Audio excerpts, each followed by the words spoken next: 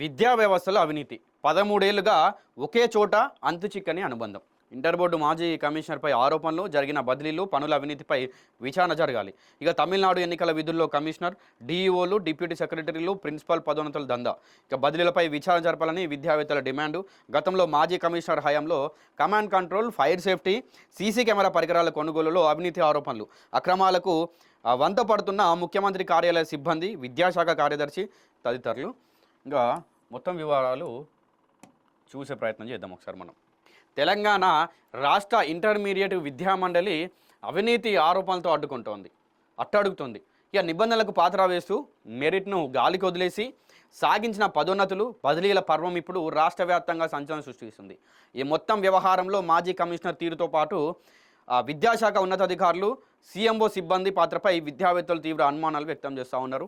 Inter board commissioner పొరుగు రాష్ట్రమైన తమిళనాడులో ఎన్నికల విధుల్లో అబ్జర్వర్గా ఉన్న సమయంలోనే ఈ నియామక పర్వం చకచక సాగిపోవడం గమనార్హం. బాధ్యత గల అధికారి అందుబాటులో లేని తరుణంలో ఏళ్ల తరబడి పెండింగ్లో ఉన్న 11 మంది డీఈఓలు, 5 మంది డిప్యూటీ సెక్రటరీలు, 31 మంది ప్రిన్సిపల్ పదోన్నతులు హడావుడిగా జారీ చేయడం వెనుక భారీ ఆర్థిక లావాదేవీలు ఉన్నాయనే ఆరోపణలు వినిపిస్తూ ఉన్నాయి. అంటే ఏళ్ల తరబడి పెండింగ్లో ఉన్నటువంటి వాళ్లకు 11 మంది డీఈఓలను, డిఐఈఓలను, అట్లనే 5 మంది డిప్యూటీ సెక్రటరీలు, 31 మంది ప్రిన్సిపాల్ పదోన్నతులను అంత హడావుడిగా చేయాల్సినటువంటి అవసరం ఏముంది? సో ఎవరైతే కమిషనరు తమిళనాడు ఎన్నికలల్లో అబ్జర్వ్గా పనిచేస్తున్న టైంలో ఇది జరిగింది. చూద్దాం. తెలంగాణ ఇంటర్మీడియట్ బోర్డులో అక్రమాలు పరీక్షకు చేరాయి. కమిషనర్ పొరుగు రాష్ట్రమైన తమిళనాడు ఎన్నికల విధుల్లో ఉండగానే చాలా సంవత్సరాల నుండి పెండింగ్లో ఉన్నటువంటి డీఈఓలు, డిప్యూటీ సెక్రటరీ, ప్రిన్సిపల్ పదోన్నతులు ఆదరాబాదరగా జారీ చేయాల్సిన అవసరం ఏమొచ్చింది అనేది ఇప్పుడు ప్రశ్నగా మారింది. అయితే ఇంటర్ బోర్డు కమిషనర్ గత నెల 25 నుంచి తమిళనాడు ఎన్నికల విధుల్లో పరిశీలకుడిగా ఉన్నారు, అబ్జర్వర్గా ఉన్నారు. అయితే బాధ్యత గల అధికారులు రాష్ట్రంలో లేనప్పుడు ఈ 11 మంది డిఐఈఓలను, అట్లనే 31 మంది ప్రిన్సిపాల్స్లను, 5 డిప్యూటీ సెక్రటరీలను గూడుపురాన్ని జరిగినట్టు తెలుస్తూ ఉంది. అంటే వీళ్ళని విధుల్లోకి తీసుకున్నారు. ఇక అంటే మెరిట్ మాయం, అడ్డదారులో పదవుల పంపిణీ. ప్రభుత్వ నిబంధనల ప్రకారం డిప్యుటేషన్లు అన్ని మెరిట్ సీనియారిటీ ఆధారంగా జరగాలి. కానీ ఇంటర్ బోర్డు పరిస్థితిలో ఉన్నందుకు దీని భిన్నంగా ఉంది. కనీసం మెరిట్ జాబితాను బయట పెట్టలేదు. విస్మయకరమైన విషయం ఏంటంటే అసలు సదరు పోస్టుల కోసం దరఖాస్తు కూడా చేయని వ్యక్తులపై కీలకమైన బాధ్యతలు అప్పగించారు. అంటే వాళ్ళు అసలు ఆ పోస్టుల కోసం అప్లై కూడా చేసుకోలేదు. కనీసం దరఖాస్తులు లేవు వాళ్ళ దగ్గర నుంచి వెళ్ళి. వాళ్ళ మెరిట్ చెక్ చేయలేదు. మరి ఏళ్ల తరబడి పెండింగ్లో ఉన్నటువంటి వీళ్లకు ఇంత తొందరగా, అంటే ఆ శాఖకు సంబంధించినటువంటి కమిషనరు తమిళనాడు ఎన్నికల్లో అబ్జర్వ్గా ఉన్నప్పుడు అంత చకచక చేయాల్సినటువంటి అవసరం ఏముంది? అంటే దీని వెనుక భారీ కుంభకోణమే ఉంది. 13 ఏళ్ళు ఒకే చోట అంతు చిక్కని అనుబంధం. ముఖ్యంగా గత 13 ఏళ్ళుగా ఒకే చోట పాతుకుపోయిన వ్యక్తిని ఏకంగా డిప్యూటీ సెక్రటరీగా నియమించి కీలకమైన అడ్మిన్ జాయింట్ సెక్రటరీగా బాధ్యతలు అప్పగించడం వెనుకున్న మతలబేందో ఉన్నతాధికారులే సమాధానం చెప్పాలి.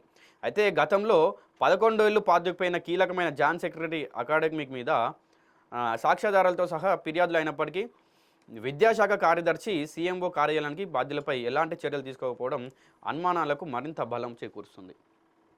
తక్షణమే ఉన్నత స్థాయి విచారణ చేపట్టాలి. గతంలో command control, fire safety, CC camera పరికరాల కొనుగోలులో అవినీతి ఆరోపణలపై సమగ్ర విచారణ జరగాలని విద్యావేత్తలు డిమాండ్ చేస్తున్నారు. అలాగే కొత్తగా నియామకమైన ఇంటర్ బోర్డు కమిషనర్, సెక్రటరీ నియామకం జరిగిన నేపథ్యంలో పాత అక్రమ నియామకాలపై సమగ్ర విచారణ జరపాలని డిమాండ్ వినిపిస్తుంది. అయితే ఏప్రిల్ 16వ తారీఖున జారీ చేసిన డిప్యుటేషన్ ఉత్తర్వులను తక్షణమే రద్దు చేయాలి.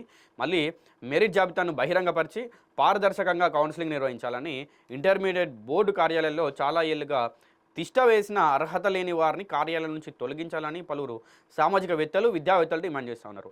అవినీతి రొంపిలో ఉన్న ఇంటర్ బోర్డును ప్రక్షాళన చేయకుంటే విద్యార్థుల భవిష్యత్తు అంధకారం అవుతుందని, పారదర్శకతకు పాత్ర వేసినట్లు అవుతుందని విద్యా సంఘాలు హెచ్చరిస్తున్నాయి. ప్రభుత్వం దీనిపైన ఎట్లా స్పందిస్తుందో చూడాలి. ఇక అంటే ఇన్ని ఏళ్ల తరబడి పెండింగ్లో ఉన్నటువంటి వాళ్లకు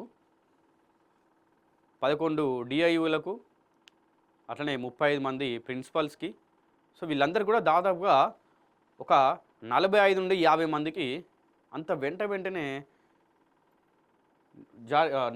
నోటీసులు జారీ చేసినటువంటి అవసరం ఏముంది? ఎంతమంది? 11 మంది డిఐఓలు, 5 మంది డిప్యూటీ సెక్రటరీలు, 31 మంది ప్రిన్సిపల్లు. ఇంత హడావిడిగా జారీ చేయాల్సినటువంటి అవసరం ఏముంది అని చెప్పి ఒకవేళ మీకు డౌట్ వస్తే నేను దానికి క్లారిటీ ఇచ్చే ట్రై చేస్తాను నేను ఒకసారి. ఎందుకంటే ఇప్పుడు ఏళ్ళ తరబడి పెండింగ్లో ఉన్నప్పుడు ఆ శాఖ కమిషనర్ లేడు అక్కడ. సో వీళ్ళకి అంటే ఉద్యోగాలు కల్పిస్తే అంత తొందర కంప్లీట్ చేసి ఏంటంటే వీళ్ళ దగ్గర నుంచి ఎంతో కొంత వీళ్ళకు ముట్టే ప్రయత్నం ఉంది, అవకాశం ఉంది. వీళ్ళకు ఎంతో కొంత డబ్బులు తీసుకుంటారు వాళ్ళ దగ్గర నుంచి.